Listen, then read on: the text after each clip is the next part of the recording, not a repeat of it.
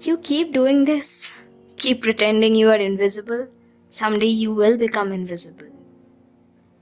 That's what happens, right? We pretend to be something we are not at first, and then we actually become that, without even realizing that we were something else, something different. Dear members of the fandom family, welcome to the madness of Fandomverse. Today's story is Invisible. Written by the fanfiction writer who goes by the name Ready Writer 2 and narrated by yours truly, Sudeshna Ghosh. Hope you all like it. Let's dive in. The soft blanket wrapped him in a cocoon, and the bed's cozy covers beckoned to him. Not because he was tired, in the physical sense at least. He did not have much desire to sleep, but he remained unmoving on the bed all the same. Lying on his side, his bed, his room, in general felt like protected space. Not that he was in any danger, one might have laughed at him. An obsolete curled up on a bed like a child hiding from a monster. He was not hiding from a monster, but like the child, he was escaping from something. It was ridiculous. He had faced more daunting tasks than this. He had camped in the wilderness where he had faced off actual monsters. He had excelled in tests that had intimidated the kingdom's top academics. He had fended himself from the insults of others for as long as he could remember. He had never shied away from such challenges, and now he was hiding from his own family. Mother will be upset. It's not rare that we get to have dinner as a family without having to deal with diplomats. The voice in his head nagged. Maybe that was the real problem. Just a few months ago, he had done the same, a blit by accident. He had been so caught up with reading that he had completely missed the time of dinner, and he rushed to the dining room when he finally realized what time it was. He did not blame the servants for not reminding him because he had specifically instructed that no one bother him while reading. When he finally reached the dining room, the rest of his family had already started. Thor was talking to their father about something.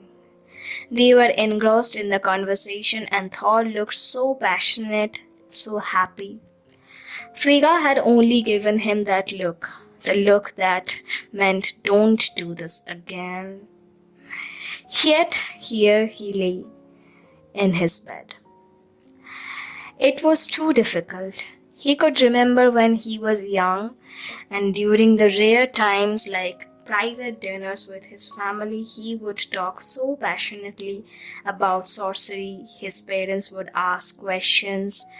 They would nod along to know he was listening, and Thor would at least look like he was paying attention.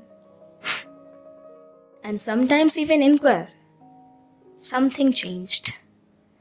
Thor had not changed, but still talked about his friends, about his fight training during dinner.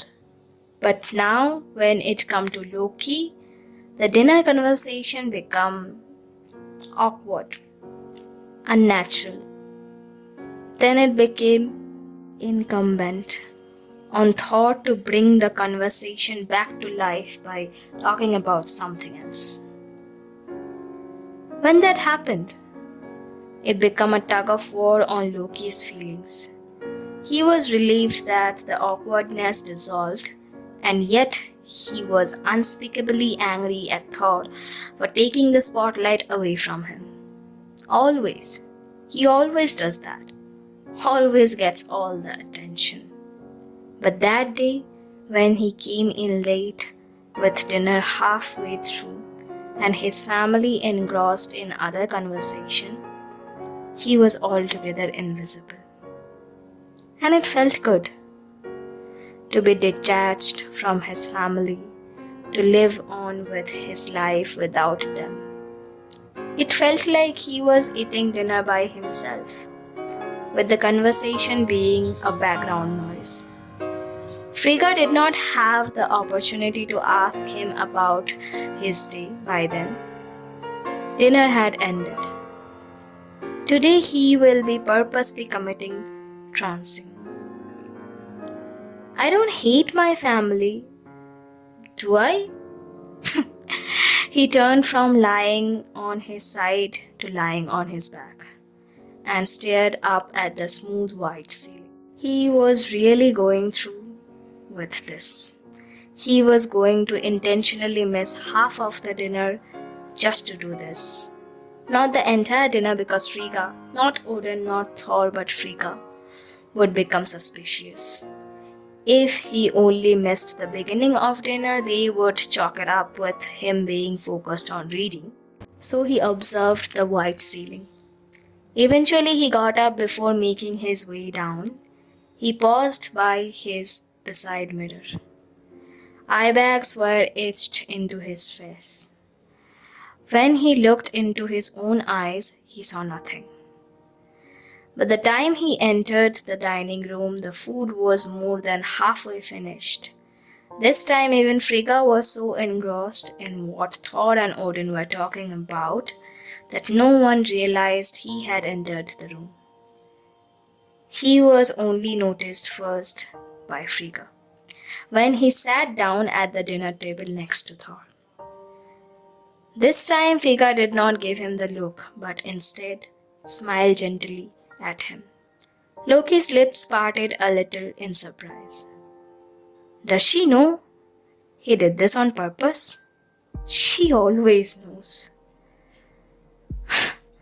Odin only turned his head a little to nod at him, before looking back at Thor, who was rambling on about the happenings of his training. Thor was too inobservant to notice the motion. Was it selective inobservance? His mother was kind enough to have taken a portion of food from the main servings and put it on the plate of him. He ate without needing to take more food from the main plates. It really felt like eating alone. This time he was not angry about not being noticed. Was he? After all, he had skipped the first part of the meal on purpose. You keep doing this, keep pretending you are invisible, someday you will become invisible. But what is so bad about that? What is so bad about that? Well, that's what we need to realize, I guess. To remain invisible. Love to know your thoughts. Please share them in the comments. Hope you all like the video. Please like, share and subscribe to my channel and hit that bell icon so that you never miss updates of new fanfictions. You can also suggest and share links to your writings in the comment section for me to share them with our fandom family in my future videos. Soon we will dive in together into the Fandomverse again.